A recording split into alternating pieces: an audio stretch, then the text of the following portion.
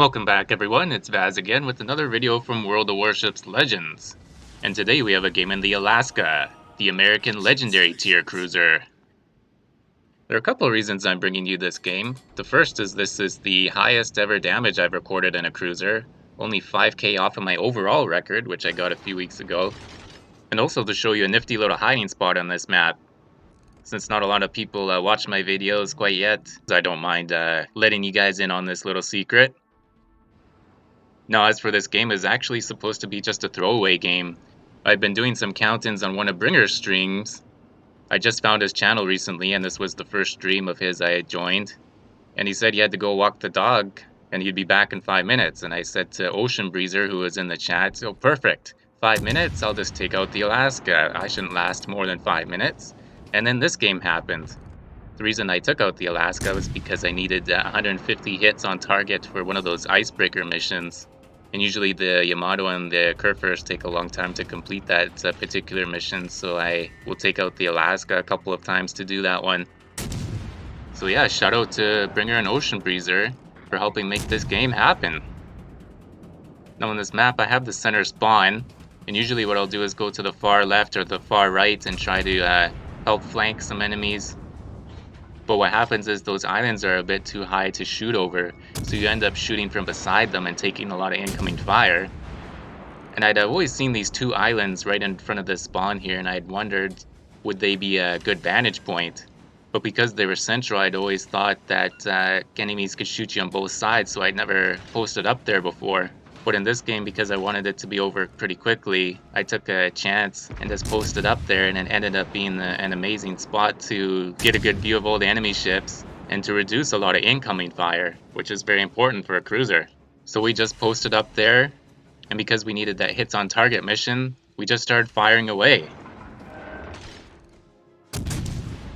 The heavy cruisers, the battle cruisers if you will, are probably the ships that I'm weakest with. So when I do well in them, I'm pretty surprised.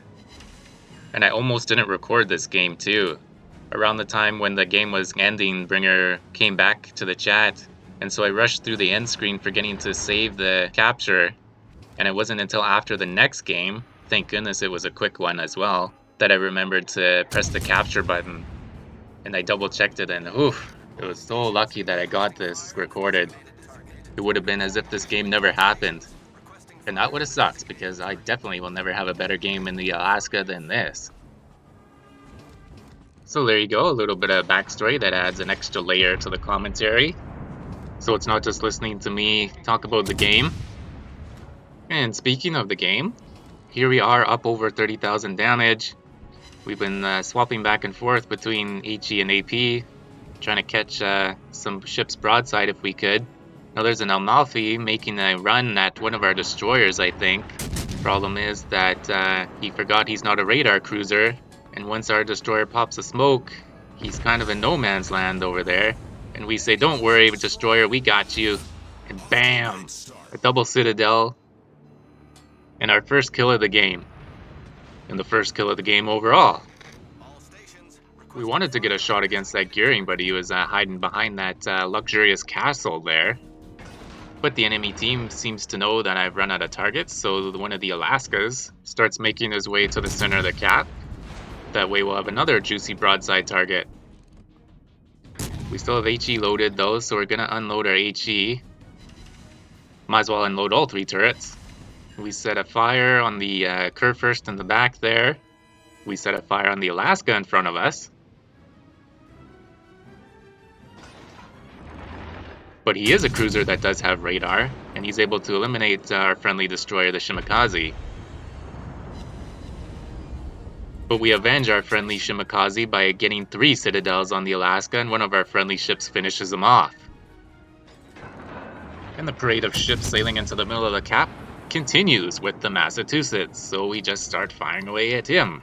We get a nice broadside shot against him, but oh crap, brown pants moment, another Kurfürst is only 5 clicks away from us. Where the hell did he come from? So we put it in reverse. We have AP loaded. And we aim at the upper belt armor there, getting 15,000 damage there. A very impressive damage amount, if you ask me. At close range, this Alaska can really get some high penetration damage.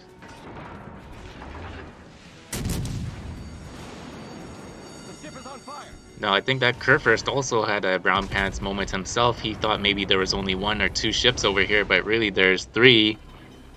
And then a couple of other ships from the other eastern flank coming over too. So he just turns tail and starts heading away from us. We see the gearing again. We want to get some shots against him. We had HE loaded up there because of the angle the Kurfürst was taking. The AP probably would have just bounced off of him. We get 1 turret shot at the gearing. But since we're going for our hits on target mission, we can't wait for him to reappear. So we just continue to fire away at the Kurfürst there. We're up over 130,000 damage all of a sudden. We have quite a few ribbons to our name already as well. And again, because of the angle that the Kurfürst is at, we just keep spamming him with HE. We're able to set him on fire 2 times, which he promptly put out. So why not light up the barbecue again? We light him up again with 2 more fires. He's not going to last much longer. The Alaska has a high fire starting chance. Seems like almost every salvo you're getting at least 1 fire started, sometimes 2. So if that's what you're going for, if you have a ship at a bad angle, or if you need a mission to start fires, use the Alaska's HE. Now at this point in the match, personally we're over 160,000 in damage, but our team is in good shape. We have 3 of the caps, and we've chased the enemy team to the outskirts of the map. We still have good range on the Alaska, and those ships aren't too close to the islands, so we're able to take shots over the islands and still hit the targets. We tried a few shots with HE, we tried a few shots with AP, just trying to see which shells will net us the most damage. For the broadside targets, we're unloading AP, and if we saw any targets that were at weird angles, we just swapped to HE. It was one of the things I was really experimenting with in this game, swapping back and forth between the 2 different shell types, just to see what the Alaska could do with either one of them. And because of that, I probably wasn't using the correct shell type with every single shot, but I mean, you can't be perfect, right? Not exactly sure what those 3 red ships are doing way over in the west there. They're not even close to the cap. I think they're kind of panicking, just trying to take cover. They see that they're outnumbered a bit. And a few of them there, a couple of those Massachusetts were low on health. They probably have will to rebuild though, because they were surviving for quite a while.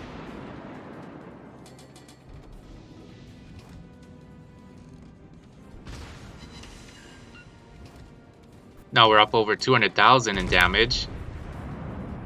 And we have ourselves the Confederate medal there. Just as we had lit a fire in one of those big mammies, one of our teammates took him out. So we light a fire on a different big mammy. A lot of people are playing those big mammies, probably because they just unlocked them, and there's quite a few missions involved with getting the flag for it. I forget, but I had to play it quite a bit too to get all the missions done. And now, as if we needed another premium American Tier 7 battleship, we're getting the Missouri. But now you have to use steel, a new currency that's being introduced to the game with the next update. I don't know anything about it, but apparently people who played the PC version know all about steel. It's another currency, just like Global XP or doubloons or something. Another way for wargaming to make some extra coin on the side, I guess. But from what I hear, it's going to take quite a while for someone to save up enough of it to get the Missouri. I just hope there are other rewards you can buy with it. Man, do I ever need more promotion orders.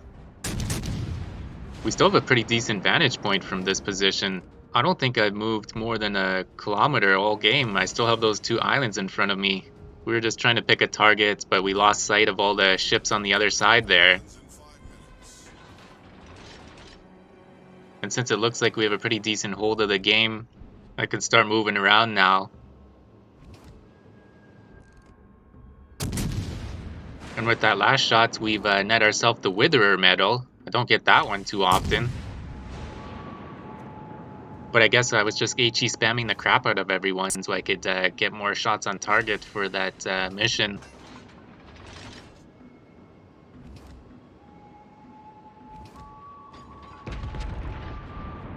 That Kurt first put out a fire, so we take a couple more shots at him. Main turret critically damaged. And we light him on fire again. That's going to be the end of him. Problem solved, sir. Now the game's nearly over. We have the Alaska and a big mammy in front of us. So we're just going to charge at them, see what kind of damage we can do. We lit the Alaska on fire there. Another fire lit. And then we take a couple more shots at him, but RNG is not very friendly to us there. And oh boy, that dispersion was kind of nasty. Looked like we set someone on fire with our secondaries there since we were using AP.